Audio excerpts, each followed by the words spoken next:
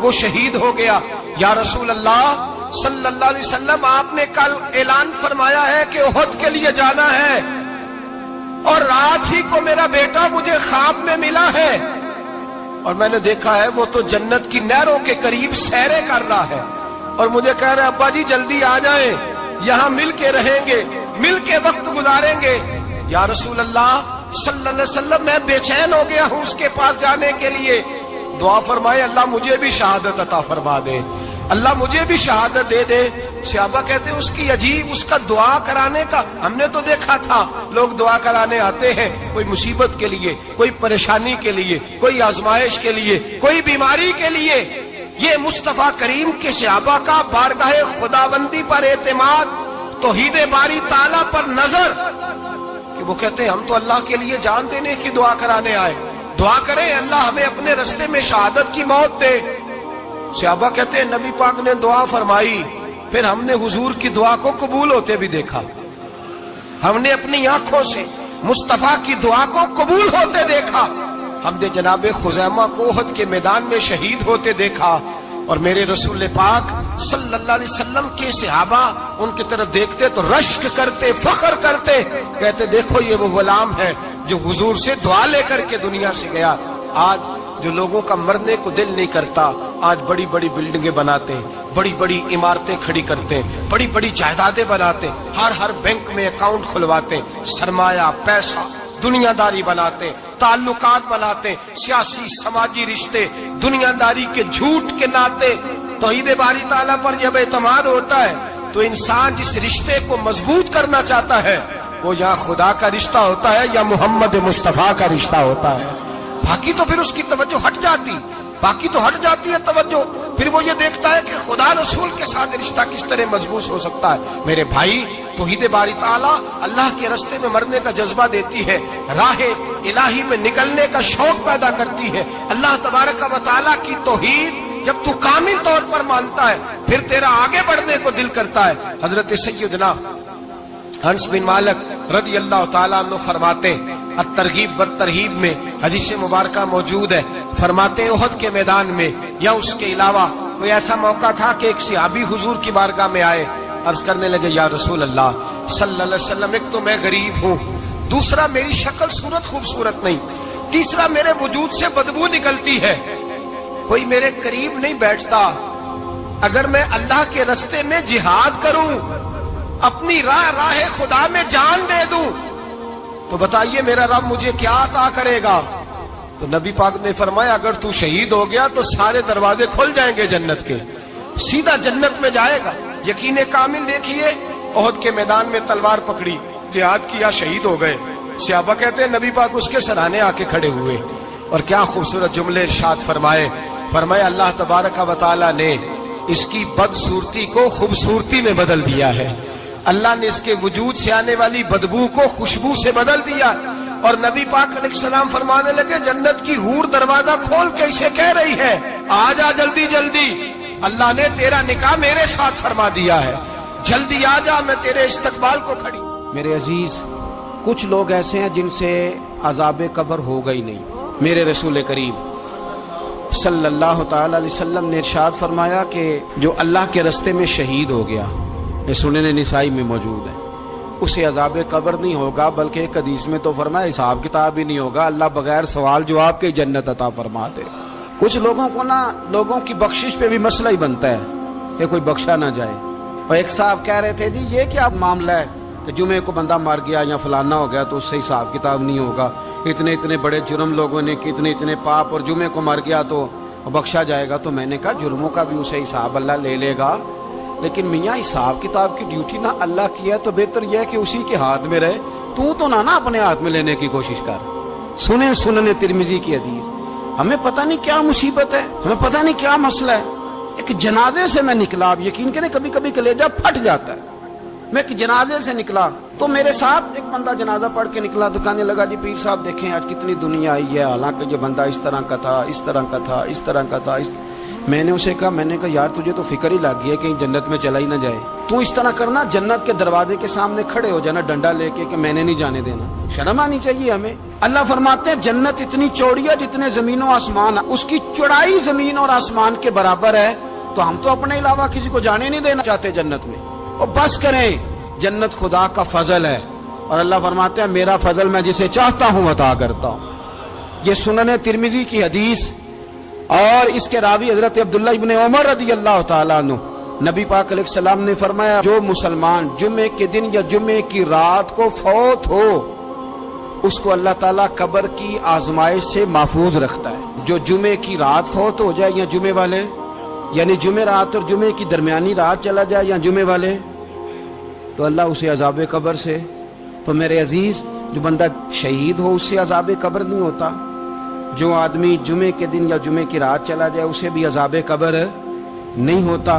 اور میرے رسول کریم صلی اللہ تعالی علیہ وسلم نے فرمایا جو بندہ ایک دن اور ایک رات, یہ حدیث صحیح مسلم میں, سنن ترمذی میں, مصنف عبد الرزاق میں موجود ہے, ایک دن اور ایک رات اللہ کی رضا کے لیے اسلامی سرحد پہ پہرا دے. میں اور آپ سوئے ہوئے ہیں, لیکن وہ لوگ جو فوجی بارڈروں پہ کھڑے ہیں, دیکھو مدینے والے محبوب کس کس پہ کرم فرماتے ہیں. ساری عمر نہیں, 24-25 سال کی سروس نہیں, فرمایا ایک دن اور ایک رات اللہ کی رضا کے لیے جو اسلامی سرحد پر پہرا دے, مسلمانوں کو کافروں سے بچائے, رب اسے عذاب قبر نہیں دے گا, اسے اللہ تعالیٰ اپنے فضل سے معاف فرما دے گا.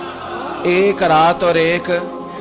آپ کیا سمجھتے ہیں کہ ان فوجیوں کی کوئی چھوٹی شان ہے, ان کا کوئی چھوٹا مرتبہ ہے؟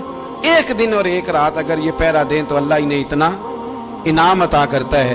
اسی طرح سن لو, یہ ذرا غور سے سننا, ابن ماجہ کی حدیث, اور اس کے علاوہ مسند ابو یعلا میں موجود حدیث کے راوی حضرت ابو ہریرہ رضی اللہ تعالی عنہ, حضور صلی اللہ تعالی علیہ وسلم نے فرمایا جو شخص بیماری سے فوت ہوا, قربان جاؤں میرے محبوب نے بیماری کا نام ہی نہیں لیا, فرمایا کوئی بھی بیماری ہو, فرمایا جو آدمی بیماری سے فوت ہوا اللہ اسے شہادت کی موت عطا فرمائے گا, اور وہ عذاب قبر سے اور قبر کے امتحان سے بھی محفوظ رہے گا.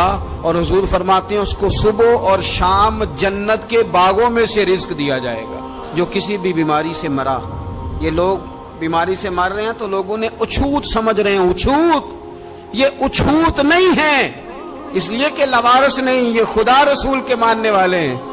تم انہیں اچھوت کہہ رہے ہو اور مدینے والے رسول انہیں شہید فرما رہے ہیں. حضور نے فرمایا جو بیماری سے مرے شہید ہے, وہ قبر کے عذاب سے محفوظ رہے گا اور جنت کے باغوں میں سے اللہ رزق دے گا. لوگ کہتے ہیں دیکھو جی بڑا تانگ ہو کے دنیا سے گیا ہے, تو اس بندے کو بھی عذاب قبر نہیں ہوتا. اسی طرح جو بندہ سورہ ملک پڑھتا ہے, سنن ترمذی میں حضرت ابن عباس سے روایت ہے کہ حضور صلی اللہ علیہ وسلم کے ایک صحابی نے ایک جگہ خیمہ لگایا تو وہاں سورہ ملک پڑھنے کی آواز آتی تھی, کوئی بندہ پڑھنے والا نظر نہیں آتا تھا. جب حضور کی بارگاہ میں عرض کیا تو فرمایا وہاں قبر تھی اور قبر کے اندر بیٹھ کے میرا صحابی سورہ ملک کی تلاوت کر رہا تھا. اگر ہمیں خسرہ نمبر یاد ہو جاتا ہے نا اپنی جگہ کا, اور ہمیں پتہ ہوتا ہے کہ میرے والا حصہ کتنے کروڑ کا ہے, اگر ساری کہانیاں ہمیں یاد ہوتی ہیں تو سورہ ملک بھی ہمیں یاد ہو سکتی ہے. موبائل پہ اس کو ریکارڈ کر لیں, پھر اس کو سنیں کبھی بھی سورہ ملک میں. اور ہمارے سلسلہ عالیہ میں تو سورہ ملک وظیفہ ہے. ہمارے الوظیفۃ الکریمہ میں اعلیٰ حضرت نے لکھا ہے کہ رات کو سورہ ملک اور سورہ یاسین کے بغیر سونا نہیں. سورہ ملک اتنی شاندار سورت ہے کہ نبی پاک صلی اللہ علیہ وسلم نے فرمایا یہ قیامت کے دن اللہ کی بارگاہ میں ناز سے جھگڑا کرے گی اور کہے گی اے اللہ یہاں تو میرے پڑھنے والے کو جنت عطا فرما یا مجھے قرآن پاک سے علیحدہ کر دے. تو رب کریم پھر اپنے فضل سے پڑھنے والے کو جنت عطا کرے گی. میری اپیل ہے ہر اس شخص سے جو کسی بھی مشکل کا شکار ہے, کسی بھی آزمائش کا شکار ہے, کسی بھی ذہنی پریشانی کا شکار ہے, وہ کسی بھی قسم کے دباؤ کا شکار ہے, کسی الجھن کا شکار ہے, کسی تکلیف میں ہے, کسی درد میں ہے, فقر میں ہے, آزمائش میں ہے, قرض میں ہے, بیماری میں ہے, پریشانی میں ہے, وہ اپنے رب کی بارگاہ میں استغفار پڑھے. استغفر اللہ ربی من کل ذنب واتوب الیہ کثرت کرے, نہیں تو استغفر اللہ استغفر اللہ استغفر اللہ کثرت سے پڑھے. کسی بھی صورت میں اپنے مالک کے حضور استغفار کرتا رہے, کرم ہوتا رہے گا, رحمت ہوتی رہے گی, بخشش ملتی رہے گی, اللہ درگزر فرمائے گی۔ حضرت امام حسن سے آ کے وظیفہ پوچھا، اس شخص نے کہا حضور اولاد کوئی نہیں تو وظیفہ بتایا، تو آپ نے فرمایا استغفار پڑھا کر۔ کیا کر؟ اس نے کہا ٹھیک ہے۔ تو حضور پھر میں دوبارہ کب آؤں؟ تو امام حسن کہنے لگے بے اولاد ہے نا تو، استغفار کا وظیفہ بتایا نا؟ کہا ہاں۔ فرمانے لگے اب اس وقت آنا جب اللہ تجھے 10 بیٹے عطا کرے گا۔ کتنے؟ 2 4 نہیں، 10 ہی کہہ دیے۔ تو حضرت امیر معاویہ رضی اللہ تعالیٰ دیکھا، کہنے لگے حسن اتنا بڑا دعویٰ؟ آپ فرمانے لگے میں نے کہہ دیا نا تو اللہ فضل کرے گا۔ ہاں ہاں اللہ خیر کرے گا، خیر ہو جائے گی۔ وہ شخص کئی سالوں کے بعد آیا، کئی سالوں کے بعد، تو حضرت امیر معاویہ کو بھی ساتھ لایا، کہنے لگا حضور اللہ کے فضل سے اللہ نے 10 بیٹے عطا فرمائے، پورے 10 ہی اللہ نے دیے۔ تو حضرت امیر معاویہ کہنے لگے جناب بات تو آپ کی سچی ہو گئی، پر مجھے بھی بتائیے وظیفہ کہاں سے لیا؟ فرمانے لگے قرآن پاک سے، سورہ نوح کی 10 11 12 آیت پڑھو۔ اللہ فرماتے ہیں تم استغفار پڑھو، میں تمہاری بیٹوں سے بھی مدد کروں گا، مالوں سے بھی مدد کروں گا۔ تو میں نے استغفار بتائی تھی اور قرآن میرے اللہ کا ہے، رب کا وعدہ جھوٹا ہو سکتا؟ فرمایا 10 بیٹے ملنے تھے، میں نے کہہ جو دیا تھا۔ وہ میرے بھائیوں یاد رکھیں، استغفار اللہ کی رحمت نازل کرتا ہے۔ ایک ہوتا ہے خوف، ایک ہوتی ہے خشیت۔ خوف والے لوگ توبہ کرتے ہیں، خشیت والے استغفار کرتے ہیں۔ ایک ہوتا ہے خوف، ایک ہوتی ہے خشیت والے استغفار کرتے ہیں۔ نبی کریم علیہ السلام نے فرمایا میں دن میں 100 مرتبہ استغفار کرتا ہوں، دن میں۔ توبہ والا کہتا ہے کہ میں بھول گیا تھا، مجھے معافی مل جائے، اور خشیت والا کہتا ہے میرا یار ناراض نہ ہو جائے، وہ استغفار ہی کرتا رہتا ہے، وہ معافی مانگ۔ حضرت رومی نے مثال دی ہے، فرماتے ایک عورت تھی تو بھیک مانگا کرتی تھی، ایک دن بادشاہ کے دروازے پہ بھیک مانگنے گئی تو بادشاہ کو پسند آ گئی، اس نے نکاح کر لیا۔ 20 کنیزائیں اس بی بی کے پاس تھی خدمت کرنے کے لیے، روٹی دینے کے لیے، کپڑا دینے کے لیے، لیکن وہ ہر وقت روتی رہتی تھی، ہر وقت روتی۔ ایک سمجھدار کنیز کہنے لگی کہ ملکہ اب تیرا درجہ بہت بڑا ہے، تو ہر وقت روتی رہتی ہے، معافیاں ہی مانگتی رہتی ہے ہر وقت، کون سی ایسی نعمت ہے جو تیرے پاس نہیں؟ تو وہ کہنے لگی اس لیے تو روتی ہوں۔ کیا مانا؟ کہنے لگی اس لیے روتی ہوں کہ میں اس قابل نہیں تھی جو مجھے مل گیا، کہیں میرے سر کا سائیں ناراض نہ ہو جائے، وہ کہیں بگڑ نہ جائے، مجھے پتا ہے کہ میں کیا تھی اور مجھے کہاں تک پہنچا دیا، میں روتی اس لیے ہوں کہ کبھی کہیں وہ ناراض۔ حضرت عمر اس لیے روتے تھے کہ کہیں مصطفیٰ ناراض نہ ہو جائے، حضرت ابو بکر اس لیے تڑپتے تھے کہ کہیں اللہ کا فضل روٹ نہ جائے۔ یہ جو مولا علی اپنے کمرے میں بیٹھ کے زور زور سے استغفار پڑھتے تو اس لیے نہیں کہ بڑے پاپ تھے جن کی معاذ اللہ معافی مانگتے تھے، اس لیے کہ رب رسول کہیں ناراض نہ ہو۔ خشیت تھی کہ جہاں ہم پہنچے ہوئے کہیں وہاں سے واپس۔ استغفار بندے کی اللہ سے صلح کرا دیتا ہے، بندے کی رب سے صلح ہو جاتی ہے جب استغفار۔ دیکھیں نا بڑی سادی سی بات ہے کہ 2 بھائی ناراض ہو تو بڑا کہتا ہے اس نے میری بے ادبی بڑی کی، تو چھوٹا اگر پاس آ جائے اور پیر پکڑ لے کہ چل یار معاف کر دے، تیرا بھائی نہیں۔ پتہ کیا ہوتا ہے؟ صرف معافی نہیں ملتی، ہاں صرف معافی نہیں، چھوٹے نے بے ادبی کر دی، بڑے کو تکلیف ہوئی، بات جب آگے بڑھی نا تو بڑے نے شکوہ کیا، جب لوگوں نے چھوٹے کو سمجھایا تو چھوٹا جب معافی مانگتا ہے، ادھر دیکھو میری طرف، جب چھوٹا معافی مانگتا ہے نا اٹھ کے جاتا ہے اور بڑے کے پیر پکڑتا ہے تو میرا معاف نہیں کرتا، بڑا رو بھی پڑتا ہے، بڑا رو بھی پڑتا ہے، اور وہ کہتا ہے کہ وہ میں اور تو اماں کے پاس اکٹھے بیٹھتے، ایک باپ کی موٹر سائیکل پہ اکٹھے بیٹھتے، تو تیرا اور میرا رشتہ یار تو نے یہ کیوں؟ وہ جو آنسو نکلتے ہیں نا وہ درد ہوتا ہے، وہ کیف ہوتا ہے، وہ سوز ہوتا ہے، وہ لذت ہوتی ہے، وہ پیار ہوتا ہے۔ رب کہتا ہے تو معافی مانگ، انہو کان غفارا، تو معافی مانگ، میں تجھے معاف بھی کروں گا، تیرے اوپر رحمت بھی فرماؤں گا، تیرے اوپر کرم نوازی بھی کروں گا، تجھے نواز دوں گا، تجھے عطا کروں گا۔ حضرت موسیٰ کلیم اللہ علیہ السلام کا زمانہ مبارکہ تھا، قحط پڑ گیا، بارش نہیں ہوتی۔ ہم لوگ نا اب تو خیر ہمارے پاکستان میں تو ٹیبل ٹاک ہوتی ہے، ٹاک شو ہوتے ہیں، ہمارے ہاں تو پتہ کیا جاتا ہے کہ بارش ہو کیوں نہیں رہی، اور اس پہ یہ ہوتا ہے کہ دھواں بڑا چڑھ گیا ہے، حالات بڑے خراب ہیں، فلاں ایسے ہو گیا قحط کا۔ ہم تو اسباب تلاش کرتے رہتے ہیں نا جی، پھوک بہت زیادہ ہے، فلاں چیز ایسے ہے، فلاں چیز ایسے، ہم تو یہ تلاش کرتے رہتے ہیں۔ وہ لوگ یوں نہیں کرتے تھے، وہ سیدھے جا کے مسلوں پہ بیٹھتے تھے، اس لیے کہ وہ کہتے تھے جب رب چاہتا ہے تو پھر کوئی چیز کسی چیز کو روک سکتی، وہ سیدھے مسلے پہ بیٹھتے۔ اعلیٰ حضرت فاضل بریلوی رحمۃ اللہ علیہ کے پاس ایک مولانا محمد حسین آئے، وہ فلکیات کے بڑے ماہر تھے، تو اعلیٰ حضرت نے فرمایا ذرا ستاروں کا حساب لگا کے دکھاؤ بارش کب ہوگی؟ کہنے لگا پورا مہینہ تو نہیں ہوگی۔ تو اعلیٰ حضرت رحمۃ اللہ علیہ فرمانے لگے کہو کہ میرا علم کہتا ہے مہینہ نہیں ہوگی، اللہ چاہے تو ابھی ہو سکتی ہے۔ کہنے لگا جی وہ تو ٹھیک ہے پر میرا علم، وہ جیسے روز لوگوں نے پیر نیٹ ٹو شہنشاہ صاحب نہیں کھولے ہوتے کہ بارش کب آئے گی، اور اس کی طرف نہ دیکھ، مصلے پہ بیٹھ، مہربانی کر مصلے پہ بیٹھ، اللہ کی بارگاہ میں حاضر ہو، اس سے معافی مانگ، اسے منا تاکہ وہ رحمت کی بارش۔ کہنے لگا جی میرا علم کہتا ہے، تو اعلیٰ حضرت فرمانے لگے پھر وہی بات، تو کہہ اللہ چاہے تو بارش ابھی، لیکن یہ جو اڑ گئے ہیں نا بیچارے، یہ اڑ ہی گئے ہیں، یہ جہاں الجھ گئے ہیں وہاں یہ لوگ الجھ گئے، اللہ ہمیں الجھنے سے محفوظ فرمائے۔ تو اعلیٰ حضرت اٹھے تو فرمایا ٹائم کیا ہوا ہے گھڑی پہ؟ کہنے لگا جی 12۔ تو اعلیٰ حضرت نے گھڑی گھمائی، اب کیا بج گیا؟ کہنے لگا 4 بج گئے۔ فرمانے لگے بج گئے نا 4؟ کہنے لگا جی آپ نے گھڑی گھما جو دی ہے۔ فرمانے لگے اللہ بھی جب چاہے تو ستارے گھما دیتا ہے، اللہ بھی ستارے گھما دیتا ہے بارش۔ کہنے لگا جی وہ تو ٹھیک ہے پر مہینہ نہیں ہو سکتی، اڑا ہوا بندہ اس کا کوئی علاج ہے جو اڑ جو جائے، اس کے لیے قرآن کہتا ہے وَإِذَا خَاطَبَهُمُ الْجَاهِلُونَ قَالُوا سَلَامًا، اسے سلوٹ کرو دور سے، اسے کو تو جان اور تیرا۔ کہنے لگا جی ہو نہیں سکتی پورا مہینہ۔ فرمانے لگے یار تو جا اپنا کام کر۔ وہ شخص کہتا ہے میں نے دروازہ کھولا اعلیٰ حضرت کا، کمرے سے باہر نکلا تو تیز بارش ہو رہی، واپس آیا تو میں نے کہا احمد رضا یہ عقیدہ کہاں سے لیا ہے؟ فرمایا دروازہ مصطفیٰ سے لیا ہے صلی اللہ علیہ وسلم۔ تو یاد رکھیں کہ اللہ کو منانا چاہیے، استغفار کرنا چاہیے۔ پھر غور کر لیں اس بات پر کہ وہ کتنا عظمت اور رفت والا شخص ہے جس کی اللہ کی نظر میں عزت ہے، جو اللہ کے ہاں قابل اکرام ہے، مالک کے ہاں۔ عزت، تعظیم اور توقیر یہ مسلمان کا خوبصورت عمل ہے، ان سے ایک اچھا اور خوبصورت معاشرہ جنم لیتا ہے۔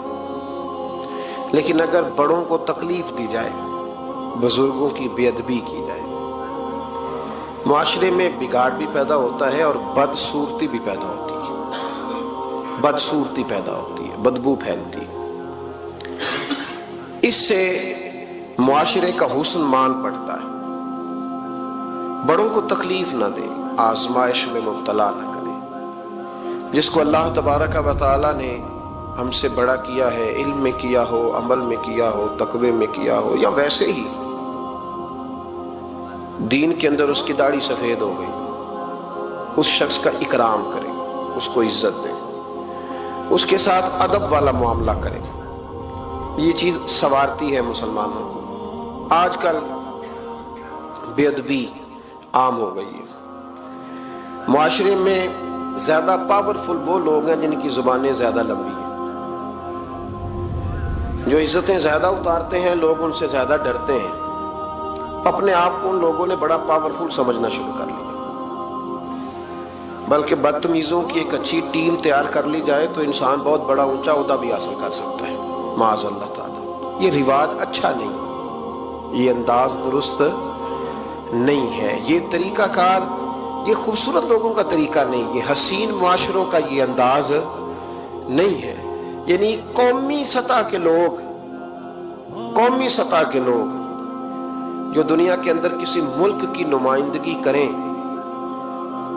وہی اگر ایک پریس کانفرنس اور گھنٹے کے بعد دوسری پریس کانفرنس، فلانے نے کیا وار تو دوسرے نے دیا جواب، تو یہ انداز مہذب قوموں کا نہیں ہوتا، اس سے امیج خراب ہوتا ہے۔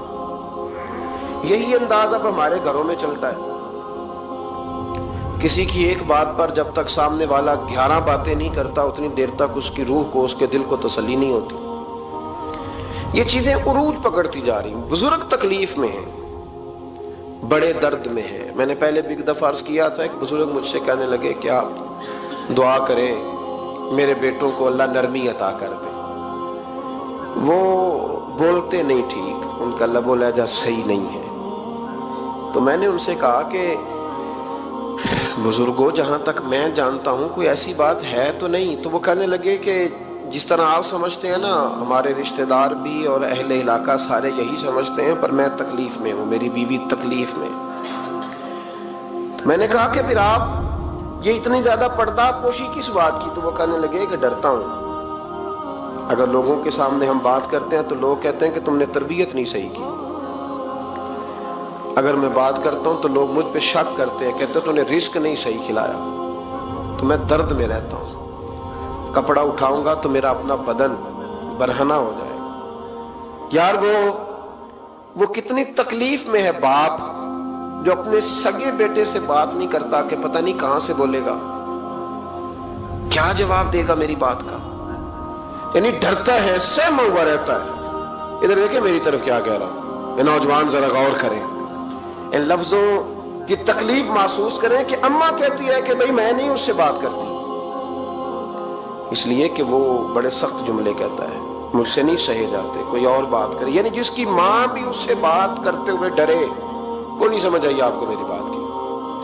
جس کا والد بھی اس سے بات کرتے ہوئے سہم جائے اور وہ بندہ کہے کہ میں نے تو MBA کیا ہوا ہے، میں تو معاشرے میں جانا پہچانا جاتا ہوں، اللہ کا شکر ہے جی اللہ نے بڑی عزت دی ہوئی ہے، وہ یہ لفظ کہے تو اسے شرم آنی چاہیے۔